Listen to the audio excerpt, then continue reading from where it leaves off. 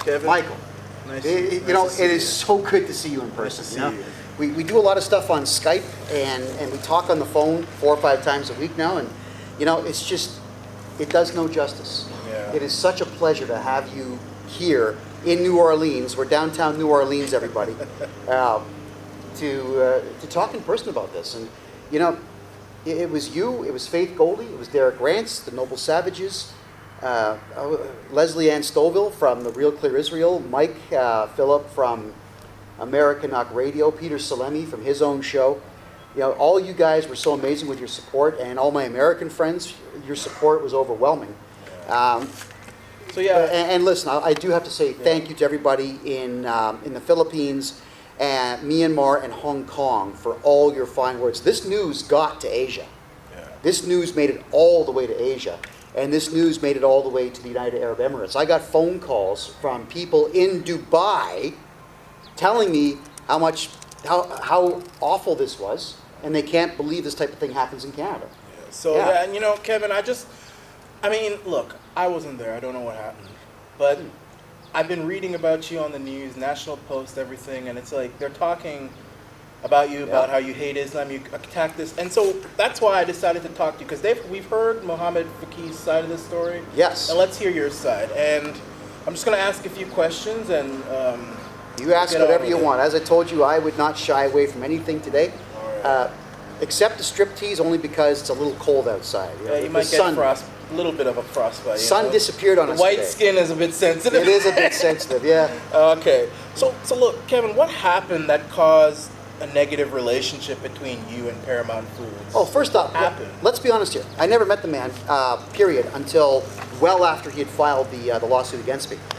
Where I got upset, where you got upset, where all of you got upset, was when Omar Khadr, a convicted terrorist, an admitted terrorist murderer of an American soldier, who blinded another American soldier and himself foolishly with a grenade, and bragged about how proud he was of what he had done.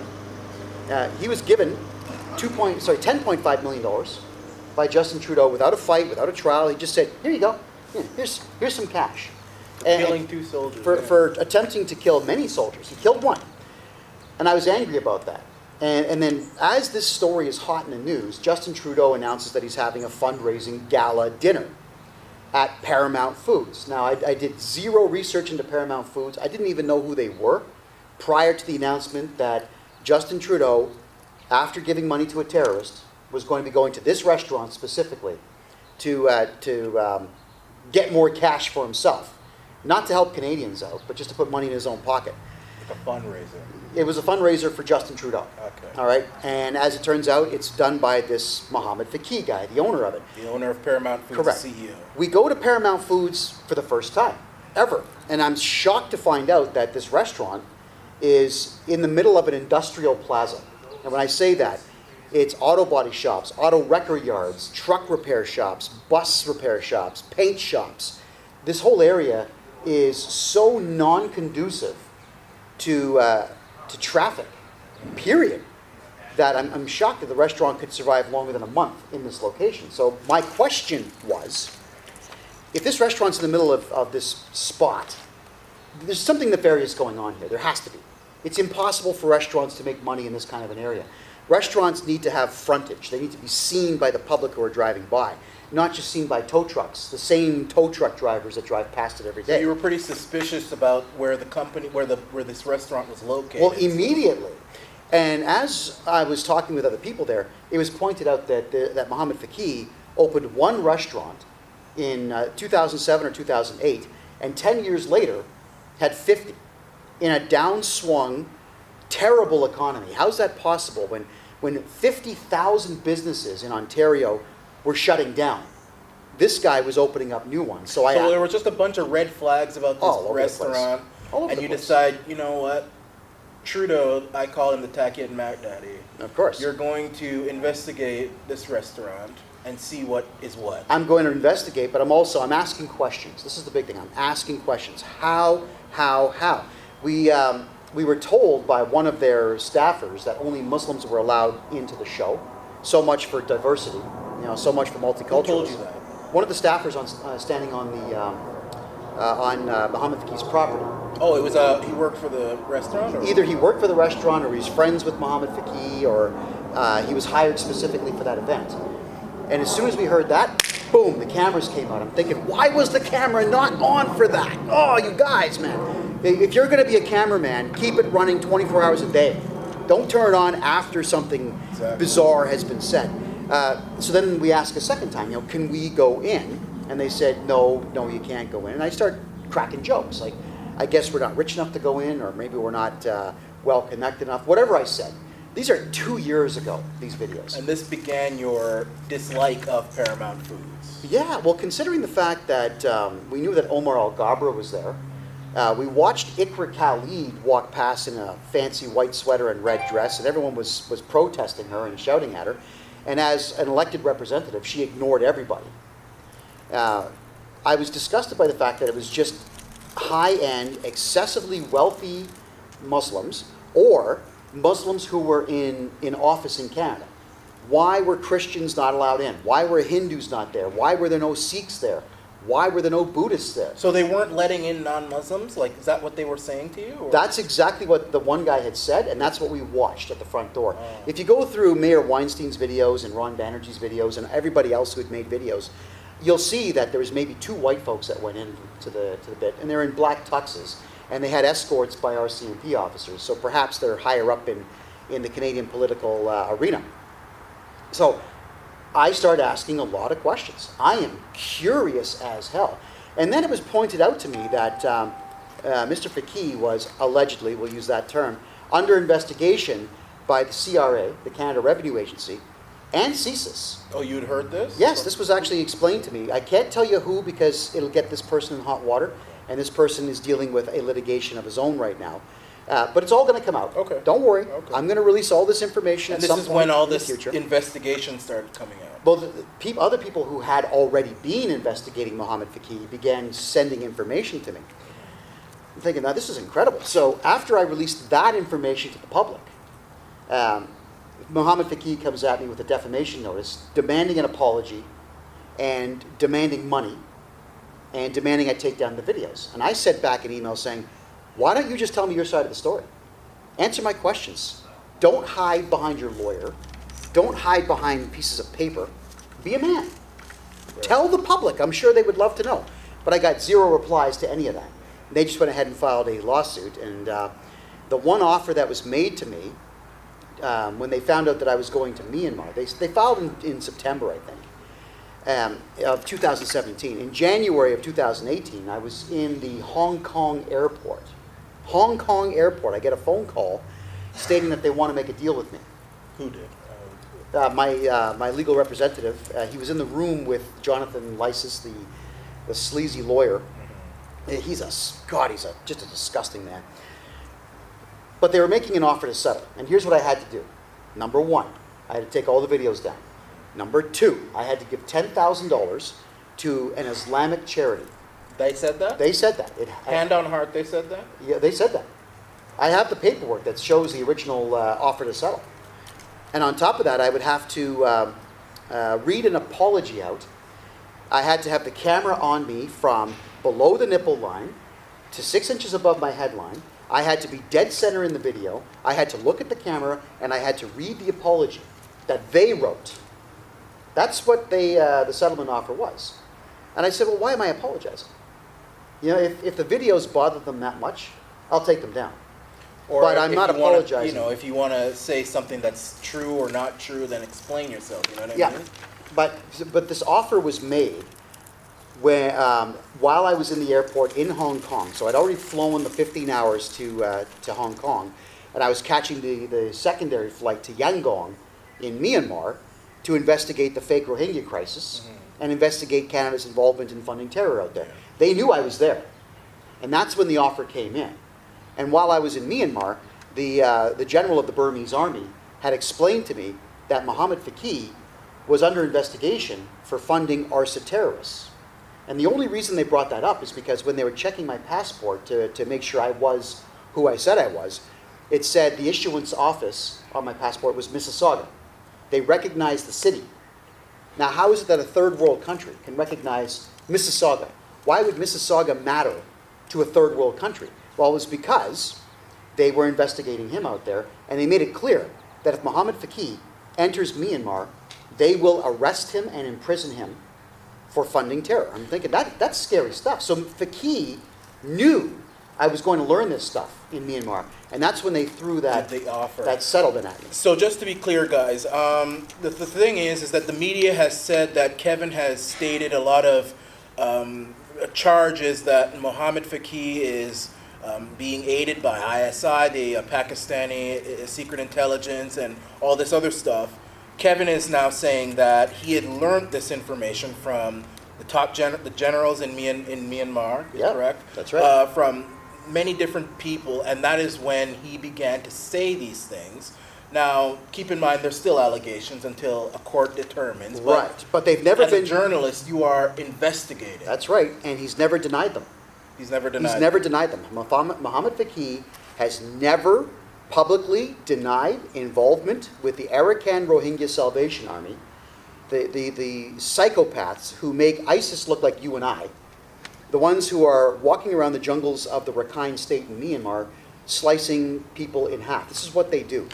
So I just want to be clear, and we want to clear this up. Yeah. Because there's a lot of people who have called you very far-right, anti-Islam. That's the word I've heard. Anti-Islam, anti-Muslim, I should say. Now, I just want to clear this up.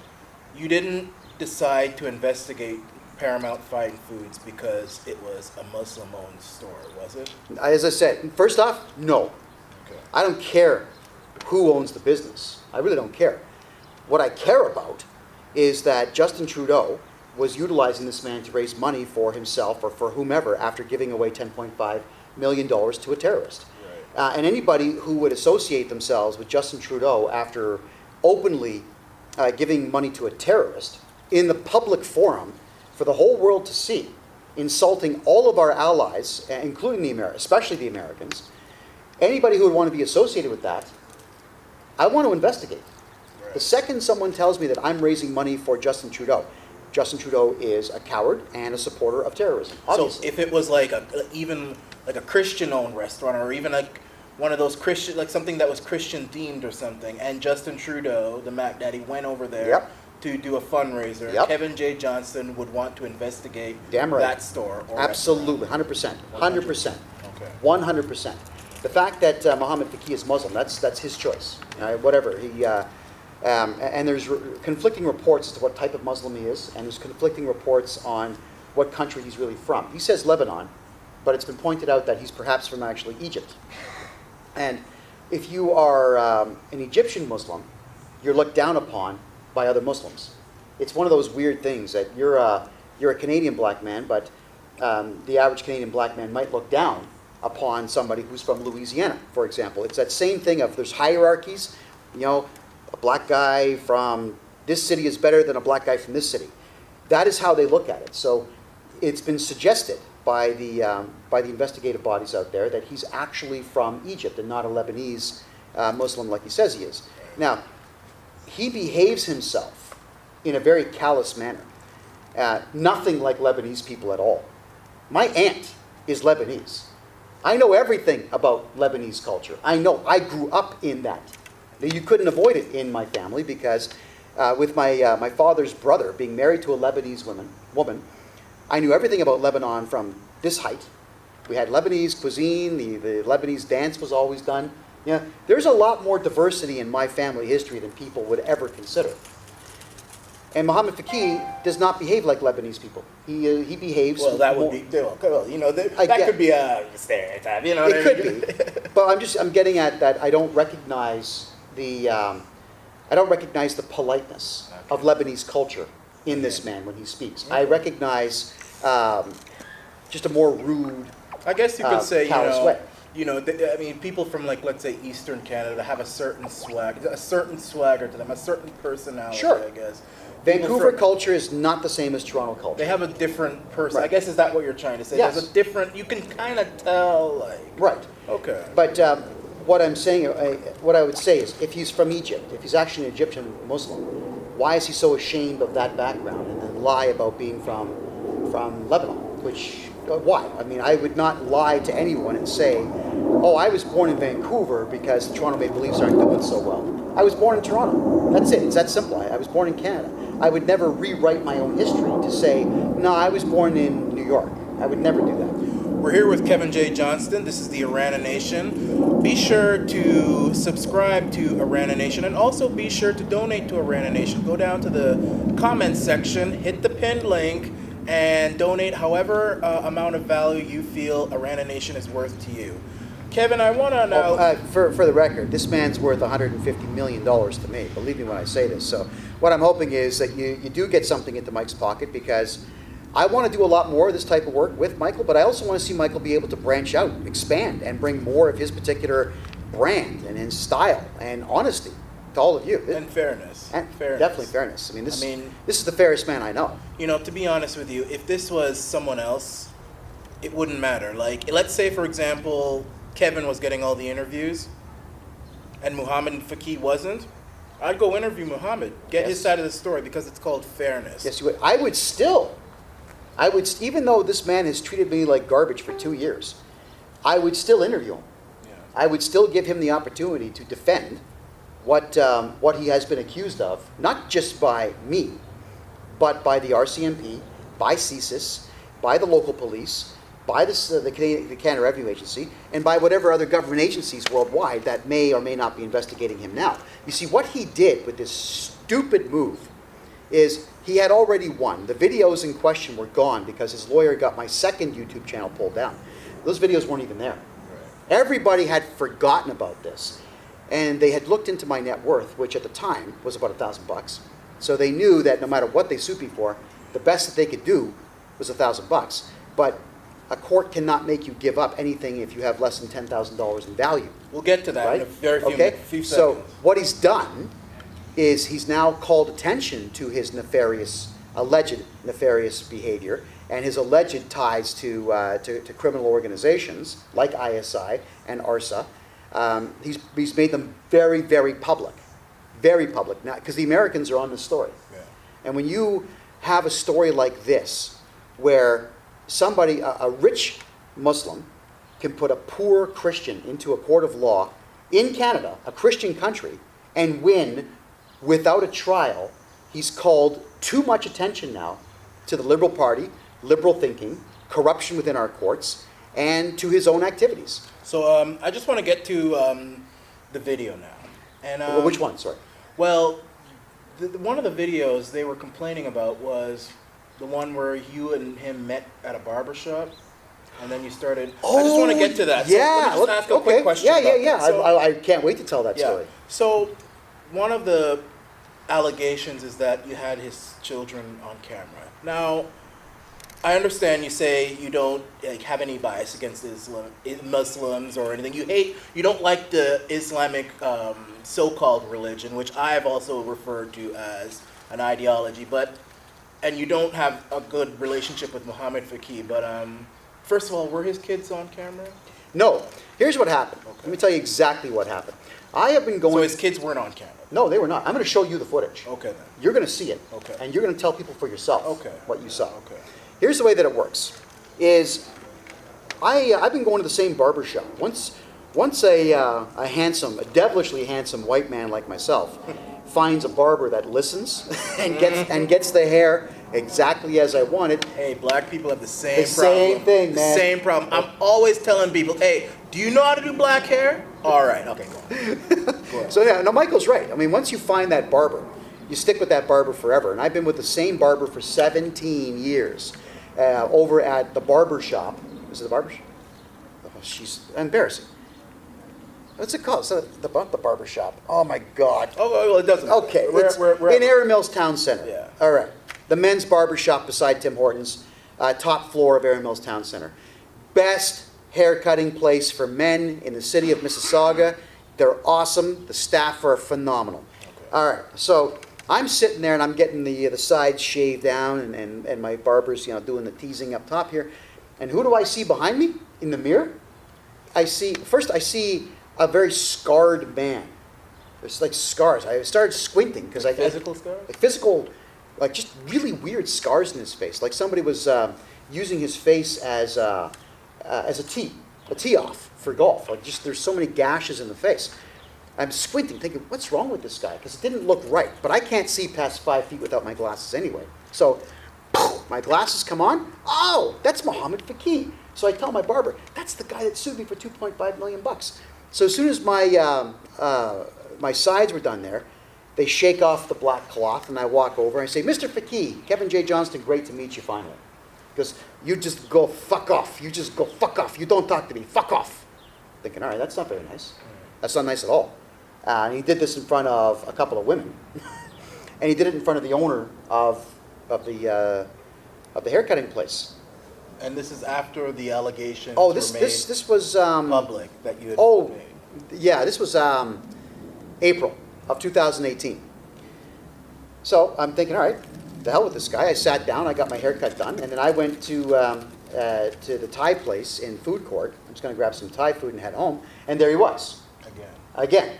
So he was staring at you? Oh, yeah, of course he was. He was staring at me and he was giving me dirty looks. So, yeah, because the media is alleging that you were following him and all this sort of stuff, but you had ignored him for the first time. Then you went to go to the food court and he was around you a second time. Yes. I mean, once he told me to fuck off, I stopped talking to him. Okay. That's it. You know, if someone wants to talk like that, there's no point. There's going to be a problem. But the second time, he's giving me this... he's doing that look. I'm thinking, all right, the hell with this guy. So, boom, I brought the camera out and I started asking questions. Right? Now, his kids were there. They are not on camera. Okay. I didn't talk to his kids. Yeah. I didn't touch his kids. Okay. Because I was concerned that... I didn't anything his kids. Okay. And you're going to see the footage for yourself, all right? Okay. Then what we did is I followed him outside, and he sent his kids on their way to meet up with someone else, his wife. And I was very polite. I did not put his kids on camera at that point, and I did not put his wife on camera at that point. That is what an honest journalist I am. But I kept the camera on him.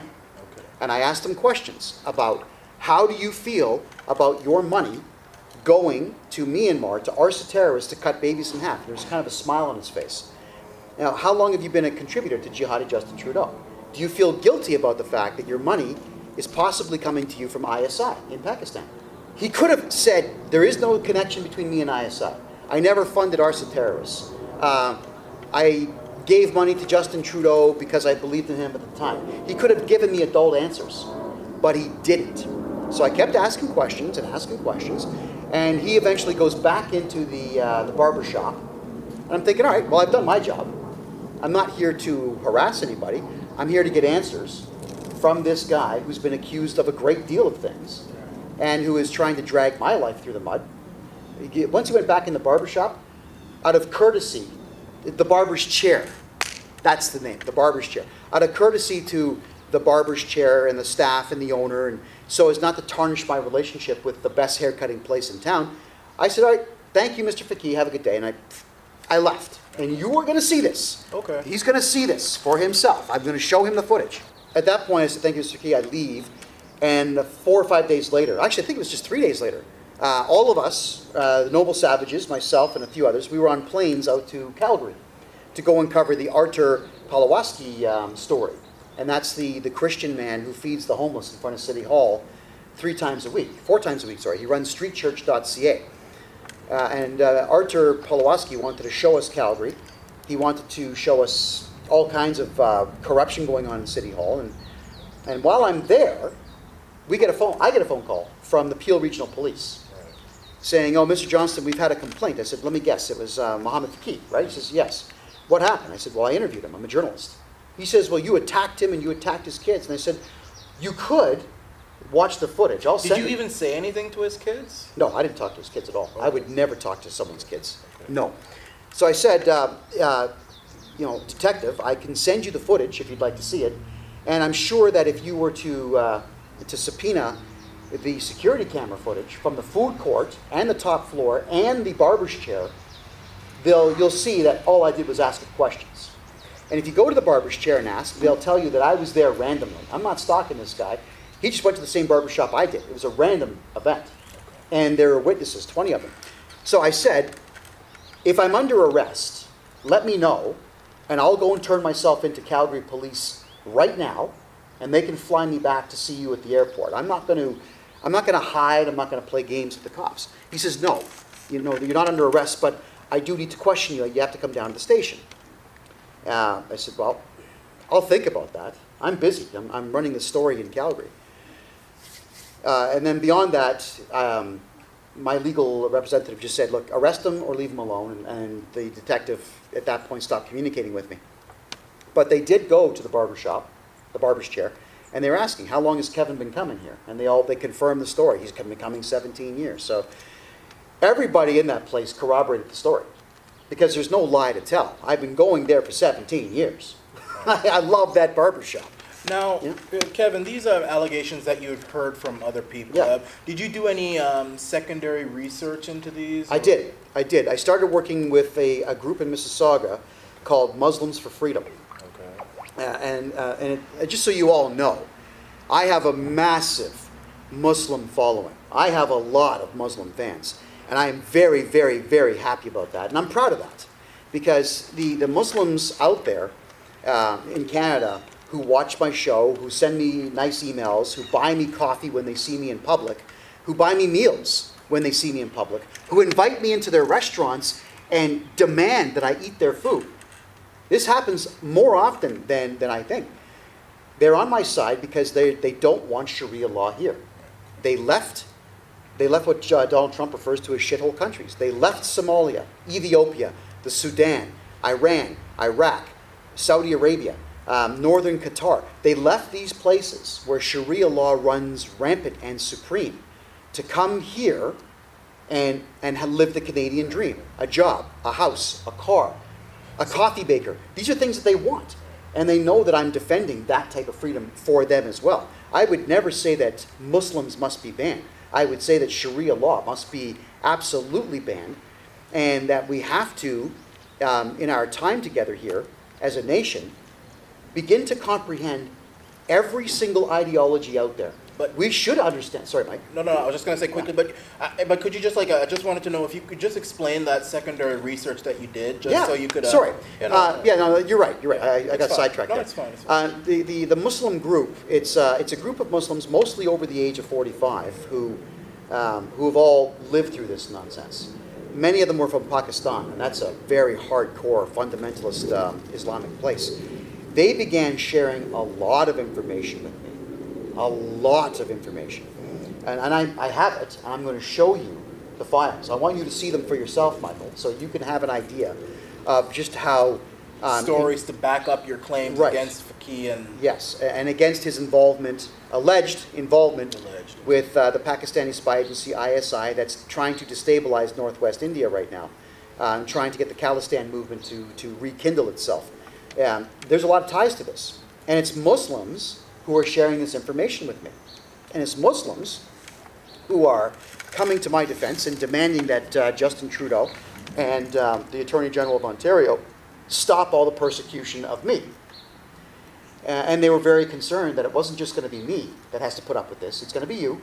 It's going to be Ezra Levant. He's going through it all the time. It's going to be Faith Goldie. It's going to be everybody.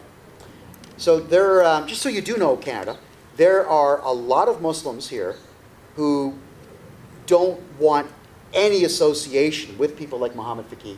They want zero association with ISIS and Islamist cells. They want nothing to do with mosques being built all over the place. They want nothing to do with any of it. They just want to be left alone and live their lives. I get that.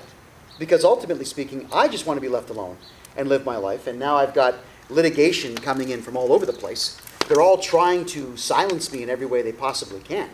And the only solution that I may be presented with in the future because of it, Mike, is I have to go to the United States and live there on a permanent basis and do the news about Canada from the United States, just to avoid any further assaults on my character and otherwise here in Ontario. But there you go. So basically as a journalist, as an independent journalist, as freedomreport.us founder and everything, what you did, you heard a story, did your secondary research, you saw the guy, you didn't even plan on questioning him or interrogating him that day, as you say. You didn't plan on it. Well, if you look at the footage... You left him alone the first time. Second time, you see him lingering around, giving you the eye, and so then that's when you decide to asking questions as a journalist. Damn right. Like any other CBC does that and everything like that. They'll even when it came to, let's say, Rob Ford, the late Rob Ford, they'd go up to him and asking questions. His children, his family be damned, basically. Oh, exactly. And the difference between me and CTV or the Canadian Broadcasting Corporation is that I'm not going to go up to your bedroom window and stick a camera in your bedroom window, regardless of who you are. But that's what those media outlets were doing to Rob Ford, for example. And why? Because Rob Ford was the precursor to what you and I are doing now. He was the conservative guy who loved everybody, who recognized all the problems in our society and began to fight. Very, very much. I mean, the very fact that Rob Ford took time out of his day to go to underprivileged black neighborhoods and black high schools to make sure that they were playing football, that they were doing something with their time, tells me this guy, his heart was huge. And I met Rob Ford just once. And when I did, there were smiles, there was love in his eyes. He was such a pleasant, lovely, amazing human being. And all the CBC did, and all the CTV did, was attack him and try to bring him down. And the question I have is, why is it that all of our media and all of our society in general wants to propagate anger and hatred? Why are we making the most evil people in Canada into heroes? And why are we turning Canadian heroes into villains? It's killed the country. So, yeah. A few more questions on this. Of course. Just, so, a lot of reports came out that the children of Mohammad Fakiah were being harassed at school, and his business was getting hammered because of this story. Now, you and others have said that the video didn't get a lot of views. Regardless, we all know that YouTube shadow bans us. So of course. More people could have seen it. I mean, you were being a journalist, as you say. You're asking questions. That's what journalists are supposed to do. But would you say that if his children were harassed because of this story, could you say that you felt maybe sympathy for the children? Well, I would tell you the truth here. The way that it was presented in the document, the court document, I felt the whole thing was a lie. Because in that court document, all they did, they had zero evidence, first off. And I'm going to, just so everyone knows, I'm going to show Michael the court documents. So everything that I'm saying right now, he is going to be able to back up. He's going to see it for himself. In the court documents, Michael, he says that his child was harassed. And he mentions that once in there, that his 4-year-old son had nightmares and wondered who the bad man was. He refers to me as the bad man. No medical reports, no police reports, no nothing, no prescriptions, no evidence to back that, just his statement. And believe me, I don't believe a word this guy says. Then he also says to me that one of his managers resigned 3 months after my videos came out, after the YouTube channel was already taken down, I might add, that he resigned because of what I said. And that he had to answer questions to customers about what I had said. And this is the killer one. You want to talk about someone being completely full of crap, is he goes on a business trip to the United Arab Emirates, has a business meeting with an unknown person, probably nobody. And this individual was going to buy a franchise at a franchise fee of $750,000 for Paramount Foods. And it was going to open 25 restaurants and pay 5% royalties on these 25 restaurants and blah, blah, blah, blah, blah, blah, blah. Right, no evidence of that. So the guy who retired or quit, no resignation letters were attached to it. His name wasn't there. No correspondence that went back and forth. Nothing to prove that this person even existed. In the contract, there was no rejection letters from the guy. There was no plane tickets to prove that he had gone there. We don't know which company this was. We know nothing about it, period. Then what they said is that Kevin J Johnston published a comic book called Muslim Land in 2013, which had nothing to do with Mohammad Fakiah. Right. And the judge actually ruled on a comic book that they didn't read. And you're going to read it. Yeah. He's going to see it today. You're going to read it today. They ruled on this. They ruled on this. And you can tell me if 4 years before I even meet Mohammad Fakiah, could I possibly have put him in that comic book? You're going to see it today. They also talked about the Rohingya Lie, my documentary that is, it's not finished yet. It's going to be out soon, but it's not even out yet. and the judge ruled on the fact that I'm doing this documentary. They just wanted that in there so that the documentary, when it comes out, will be banned in Canada, which I believe right now it already is, and it's not even finished yet. So I'm being judged on things I haven't done, and I'm being judged on things that they haven't even read themselves. I doubt very much Mr. Fakiah paid $3 for a copy of Muslim Land issue number 1. Kevin, this is a question that a lot of people have to know. Yeah, let me hear it. Do you, Kevin J Johnston, have any sort of hatred for Muslims, or at the very least, do you think Muslims are in any way inferior or savage or anything? Do you have any sort of hatred in your heart for not only Muslims but any other group of people? And what is your opinion of the religion of Islam? All right, let's do that. First off, there is hatred in my heart for the following types of people. Absolute cowards, but that could be any race. So if you're an absolute coward who wants to hide behind your keyboard and try to sabotage someone's life without putting your name on it, I have no use for you. You're garbage in my eyes. If you are someone who wants to hurt a child, rape a child, kill a child, beat up a child, molest a child in any way, shape, or form, I have nothing but hatred and contempt for you. But that knows no race. If you are somebody who decides it's your right to take a sex slave on and rape and beat up and do whatever you want to a woman who is not consenting in any way, I have nothing but contempt and hatred for you. In fact, I think you're getting the idea here that if you are any type of evil whatsoever where you are prepared to hurt the innocent in any way, I have no use for you. Now, getting back to your question exactly, I do not hate Muslims because I'm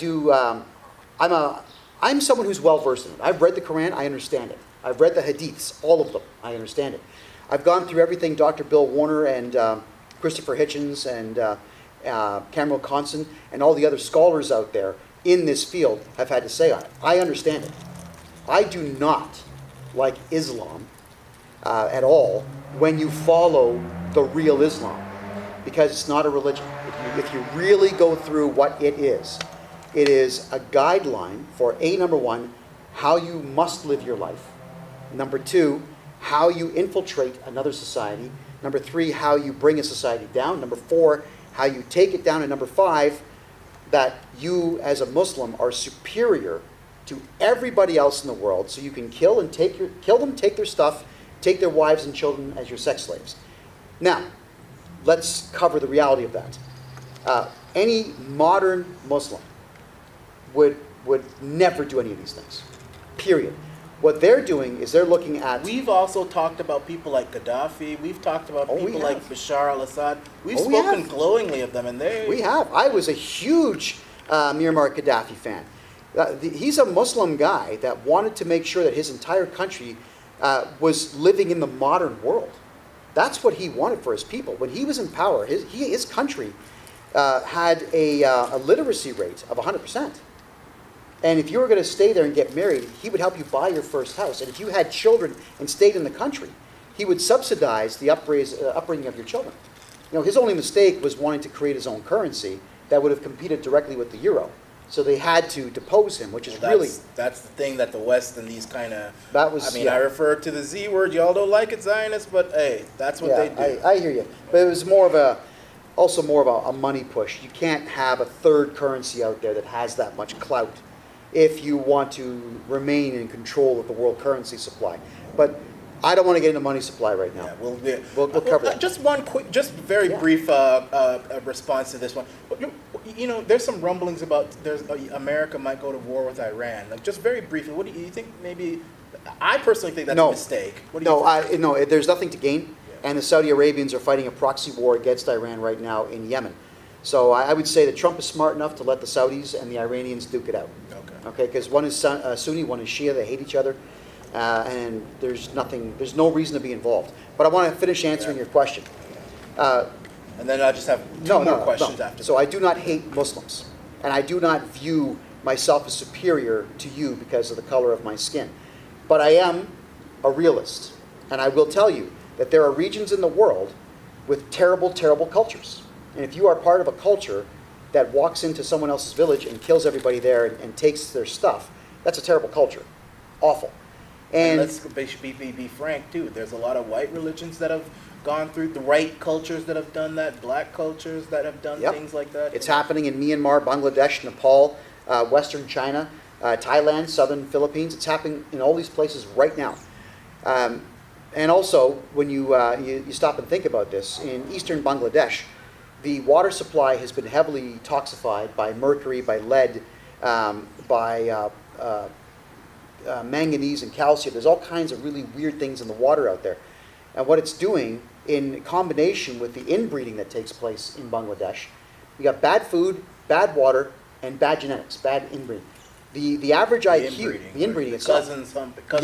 Well, you marry your cousin or your sister or whatever it is, for generations, the intelligence quotient of your offspring drops to below 65. Royal family. Okay, yeah, royal family. Yeah, get that one in there.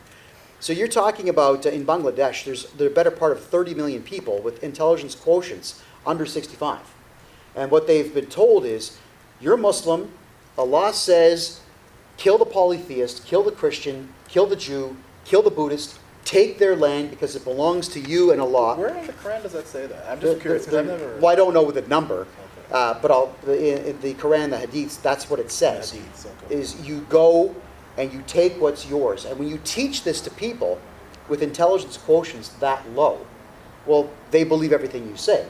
And you walk into a room with a funny hat on, you say, I'm the Imam, I'm in charge, I have a direct phone line to the Prophet Mohammad, here's what he says. Okay, you go do this, go kill. And they'll do it. Because people with low IQs are positively terrified of gods and punishments in the afterlife and so on. And that is a problem. And I would say here that if you have areas in the world with IQs that low, you have to close your borders to those countries. You have to let them kill each other. Because they're going to anyway. You don't want to bring them here and have them kill each other. Whereas a lot of the Muslims that I'm talking to in Canada here, they've come from Qatar, they've come from the UAE, they've come from Egypt, where the genetics have not been destroyed yet, and where there are major education centers and major universities. So they're coming over here with much higher intelligence. So let's be clear. Yeah. You are not against Muslims coming to Canada. You're not against that. No. So what are your I've always said my bullet points for being a citizen coming to Canada. Number one, you have to come here legally. Number two, you cannot have a criminal record from where you're from. Number three, you have to be financially independent. That's my three. I'm sure there's a fourth one, but yeah, those are my three. What are your bullet points for coming to? Same as yours, but you're going to integrate. You're going to obey our laws. You're going to learn our culture, and you're going to participate in it. Okay. That's the way it's going to work. If you have kids here, they're going to go to school, and they're going to play soccer and hockey and lacrosse. They're going to learn how to swim. They're going to do everything that kids here have been doing for generations. Not only that, but you're not going to put your laws and your ideologies ahead of ours. You're Canadian first and everything else second. And that is the problem, Michael, with this country, is that we got this brand new flag in 1965. It was argued about for about a year and a half or so. And our new design comes out. Now, as a graphic designer of 30 plus years, let me tell you this. It's one incredible friggin' design. It is in the top 5 of flag designs around the world. It's a great flag. But why would you release this flag to the public and have this wonderful ceremony in Ottawa and then not define what it means? And what does this flag mean? I think that's the problem with Canada. We don't put meaning to our... We don't. You see, let me say this to you, okay? I'm going to be very dead honest with you here. Is we don't know what it means to be Canadian because nobody ever had the balls to define it. White people have always been too polite and too eager to help everybody around the world without ever thinking of the consequences to themselves. And the consequences of not defining your nation's values and not defining your culture has brought us to where we are today, and that is this nonsense multicultural idea that you can come to this country and your culture outweighs and trumps everything that's been built here first. Totally ridiculous. That has to be absolutely redefined. So what Canada needs to do is we got to ditch our nonsense ties to the British Parliament system. We have to become a republic. We need a constitution, finally. We don't have one. We have a charter. And we finally have to declare Canada a nation and not a dominion, which we have not done. We have, well, we don't, because I've heard you say Dominion of Canada, and we Yes. just be very brief on this one, but like, they don't, officially, it's not called Dominion of Canada, is it? It is. Officially, we are the Dominion of Canada. Even after Confederation, and even after the Charter of Rights and Freedoms was released, the provinces have all remained independent countries. All of them. All 10 provinces are independent countries. The premiers used to be called prime ministers. They just changed the name premier so as to give it less of a nation feel and more of a subservient province feel. But the notwithstanding clause that Doug Ford used to dissolve half of Toronto City Council shows you how much power the provinces have over the federal government. Oh, absolutely. And keep this in mind also, is that in the United States, for example, and most countries around the world, the capital buildings, the buildings that are declared the capital buildings, typically are completely independent. They belong to the nation. Well, Parliament does not belong to the nation. Parliament pays the province of Ontario rent every year for the land. So what does that tell you? Is that it's completely and totally imaginary and de facto. And I don't want that. I want Canada to be a full-fledged republic, a full-fledged country, not a dominion, and I would like it to have a constitution with a clearly defined culture, and our own laws are enforced by our police, our courts, and our government. But we don't have that. So what I wanted to say is Muslims who want to abide by our criteria, you're welcome. I don't care that you're Muslim. What I care about is you're going to come here and be a Canadian first and leave everything else behind. Like my grandfather and my grandmother did. They were from Germany and Slovakia. They left that area before World War II broke out, and they became Canadians. They learned English. They abided by the laws of the land. My father was Irish. He came here, abided by the laws of the land. We didn't even have an Irish flag or a UK flag or any of that stuff in our house. Period. We didn't. It was a Canadian house. Yeah. One more question and then we'll be done. So the courts have now said that you need to dish out $2.5 million. Right. I don't know where they think you're going to get this money from. I mean, $2.5 million, I don't know, maybe Omar Carter will let you some. I don't know. Maybe I should give Omar Carter a call. Yeah, but the thing is, I don't know. Let me ask, number one, do you plan on paying this? And number two, what are your plans going forward? Well, first off, I can't pay it. But at least the laws in Ontario dictate that if you don't have it, you can't give it up. Like, you can't go to jail for not having money. So obviously I can't pay $2.5 million, but I'm appealing the decision because the $2.5 million award was given out with no evidence that Mohammad Fakiah suffered any damages at all. He could not prove that he lost even one sale of one sandwich in any of his restaurants. He proved nothing. He just submitted affidavits and that was taken as fact. That's all he did. And the average payout for defamation in Canada is $60,000. That's the average of all the cases in the Superior Court. So when you sue someone for $10 million, you might get $30,000, you might get $40,000, you might get $75,000. The average is $60,000. This $2.5 million is completely egregious, 100%. It is completely out of scale with whatever was said and with the lack of traction any of those videos got. Period. So I'm appealing based on that. That's a severe travesty of justice, but it's also an error in law by the judge. And that, if there's an error in law, then I can file an appeal. So I'm appealing this. And we're going to go back to court, and I want Mohammad Fakiah's, I want him on the stand, first off. I want to question this guy for days, because I've got questions like you wouldn't believe. One thing but I want to, go I ahead. want to see his finances. I want to see where his money's coming from. I want to see what he reports to the CRA, and I want to see the CRA's investigation of him before Justin Trudeau allegedly shut it down because he was a major contributor. Yes, go ahead. Is it true that this decision was handed out when you weren't even in the courtroom? Correct. This was handed out by email. This decision was, I'm going to repeat that. Number one, this $2.5 million award, settlement, or award, sorry, it was an award, not a settlement, to Mohammad Fakiah was done without a trial, and the judge's decision was presented in email. The Toronto Star got a copy of that email before I did. And the Toronto Star started pestering me. And that's when I did the interview with that idiot, something, Gilbert Gobble, whatever he calls himself. Gaba, I think. Gobble or Gaba. He's a hardcore fundamentalist left-wing nutjob. He really is crazy. I've looked at his articles. Everything that he writes is anti-white.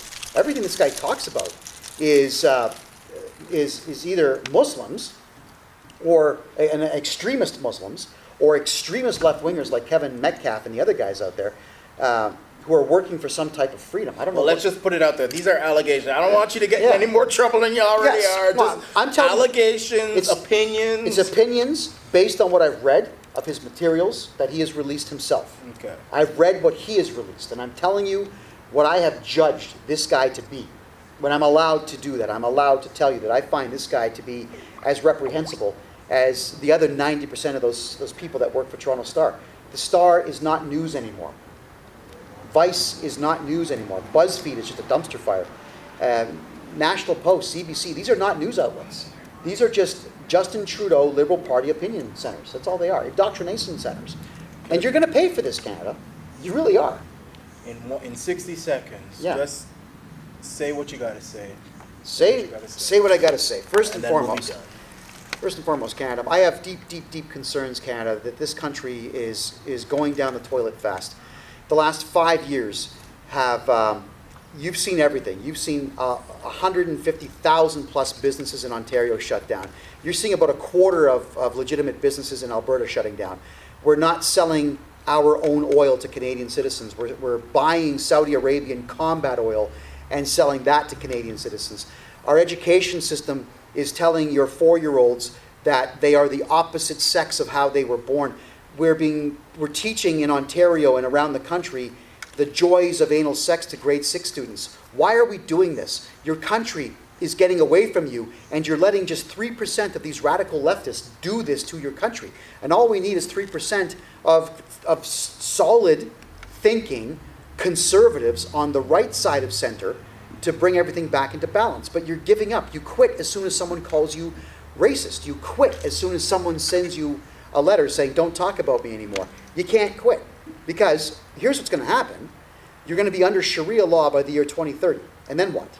Then you're not even going to be able to get into the United States, because the Americans, once any Sharia-clad power gets into office in this country, the Americans will close the border. And then where are you going to go? The only choice you have then is what? Greenland. Because you're not going to cross in Alaska, and you're not going to cross anywhere on the Canadian border, and the Americans will station soldiers every 500 meters to keep you out. And then you cannot escape what you have allowed to come in here and take from you. These foreign entities, these foreign powers, have realized that they're losing the war to keep radical Islam afloat in their countries, so they're bringing it here, because you're easy targets. And you have to stop being easy targets. Forget Starbucks coffee, forget the hockey game, and forget buying that 5th TV for your bathroom. Forget that stuff. Start protecting your nation, because you're not going to have it in the next 12 years. You're really not. And finally, let me just say this. You know, while I may not agree with 100% of what Kevin says, and he probably doesn't agree with 100% of what I say, he does have the right to say it. And not only that, I strongly feel that what we have just been through now is real journalism. You cannot talk to one person in regards to a very sensitive issue and shun the other person and refuse to have them speak their point of view. I don't know what happened. I wasn't there. Kevin was the only one that's there, and Mohammad, Fakiah, and his family were the only ones that there. I cannot say with comfort and certainty that I have a full opinion. However, I will never regret having Kevin on my show to have his side of the story revealed, and that goes for anybody, left, right, center, rich, poor, Doesn't matter. I did it with Faith when the media was shunning her, Faith Goldie. I had her on because she, as well as everybody in this country and in the world, has the right to have their story told. And with that being said, this is the Arana Nation. Oh, Kevin. yeah. You have been watching Kevin J Johnston and the amazing, the devastatingly gorgeous Michael Arana on the Arana Nation. You got to sub to this guy. Make sure he's got 100,000 subscribers. Do it now. Oh, and by the way, I have to let everybody know that Jonathan Lysis, the scumbag lawyer that we talked about, had my Careful YouTube. now. Yeah, careful now. The hell with him.